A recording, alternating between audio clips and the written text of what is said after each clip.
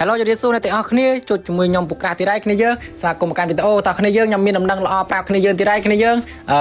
ដែលកំពុងតឹងរងចាំការបាញ់យក$10គ្នាយើងឥឡូវនេះខ្ញុំបើកឲ្យគ្នាយើងបាញ់ទីរ៉ៃចំនួនកំណត់គឺដដែលគ្នាយើងចំនួន5នាក់ដដែល5នាក់គ្នាយើងបាញ់យក10 kill ហើយបានប៊ូយ៉ាបាន$10 10 kill ប៊ូយ៉ាហើយ$គ្នាយើងក៏ផ្លេចចូលរួមលេងទាំងអស់គ្នាថ្ងៃទី20ថ្ងៃអាទិត្យហ្នឹងចាប់ពីវេលាម៉ោង7កន្លះតទៅខ្ញុំនឹងធ្វើការ live stream ហើយគ្នាយើងក៏ផ្លេចចូលរួមលេងទាំងអស់គ្នាយើង10 kill $10ហើយតែក៏ផ្លេចជួយ follow ជួយ share ផងគ្នាយើងហើយក៏ដាក់សញ្ញាកណ្ដឹងទៅកុំបីដើម្បីកុំឲ្យខាតកាតដល់គ្នាយើងខ្ញុំលេងតែ5កាតទេខ្ញុំចែក$50ប៉ុន្តែគ្នាយើងបើសិនជាគ្នាយើងបាញ់អត់បានខ្ញុំនឹងទៅឡើងទៅតាមនឹងហើយលក្ខខណ្ឌរបស់យើងគ្នាយើងកុំភ្លេចជួយ follow share ហើយចូលបាញ់ទៅចាប់ពីម៉ោង7យប់តទៅ7កន្លះគ្នាយើង7កន្លះយប់